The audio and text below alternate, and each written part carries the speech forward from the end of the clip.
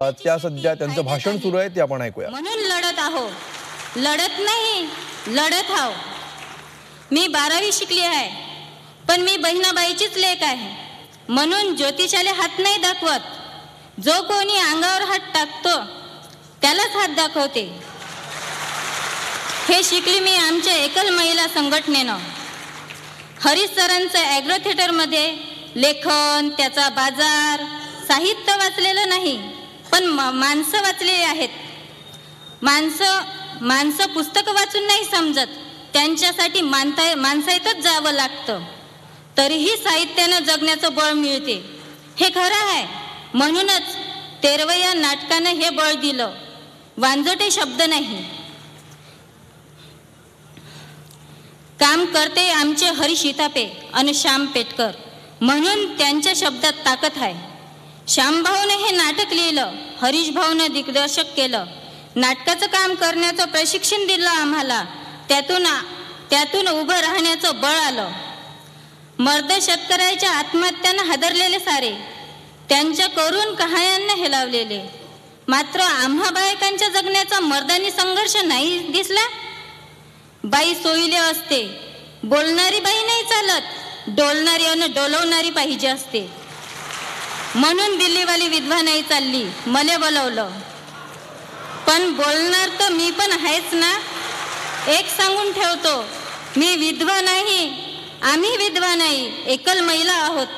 श्यामभाऊनं नाटकात वाक्य लिहिलं आहे, समाजच विधवा झाला आहे, तेच खरं आहे. एकली ग बाई अशी, तुपा संग पोई जशी.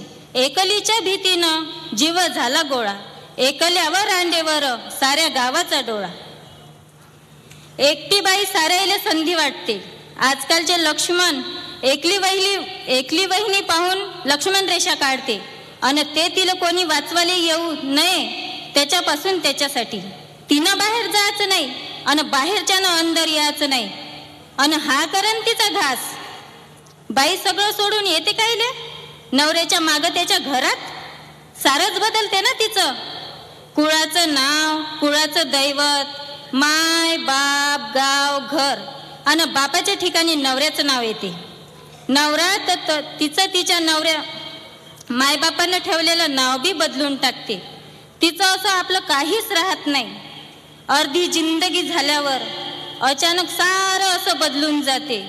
एखाद्या मर्दाचं असं नाव बदलून टाकलं आणि सारंच बदलून टाकलं आणि म्हणलं त्याले का आता जगून दाखव, तर जमन का त्याले हे. मी वैशाली धोटे होती. 18 वर्ष वयाची होतपर्यंत माझं लग्न झालं. मी वैशाली सुधाकर येडे झाली. सुधाकर येडेचा समजा सुधाकर वैशाली धोटे झाला असतात तर थोडा धक्का नाही सहन झाला आणि खुदखुशी करून घेतली त्यानं. एकदा नवरा गेला का साऱ्या गावाला ते बाई संधी वाटते, धन वाटते. जुन्या काळापासून गोधन आणि स्त्री पण धनच वाटत आली आहे. आमच्या वाटेला आलेलं हे पांढरं कपाळ असं निसर्गाच्या नियमानं आलेलं नाही. सटवाईनं नाही लिहिलं हे विधवा, पण आमच्या कपाळावर जग रहाटीनं लादल्या गेला आहे. नैसर्गिक नाही हे दुःख, व्यवस्थेनं आमच्या नवऱ्याचा बळी घेतला आहे.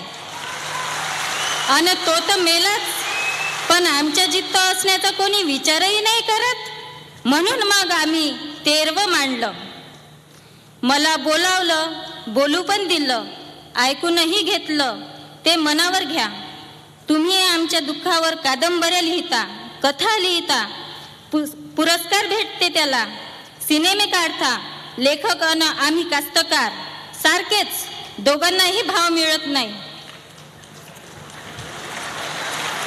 आता सरकार म्हणाचं, जुने लोक शेतकऱ्यांसाठी बोललेलं करत नव्हते, ते करत नाही, बोलतच खूप. या संमेलनात रीतसर उद्घाटन झाले असे मी जाहीर करते. या संमेलनात अशी चर्चा व्हाव की अभावानं जगणाऱ्यालाच भाव भेटाव. नमस्कार, राम राम, जय भीम, सलाम, हॅव अ गुड डे.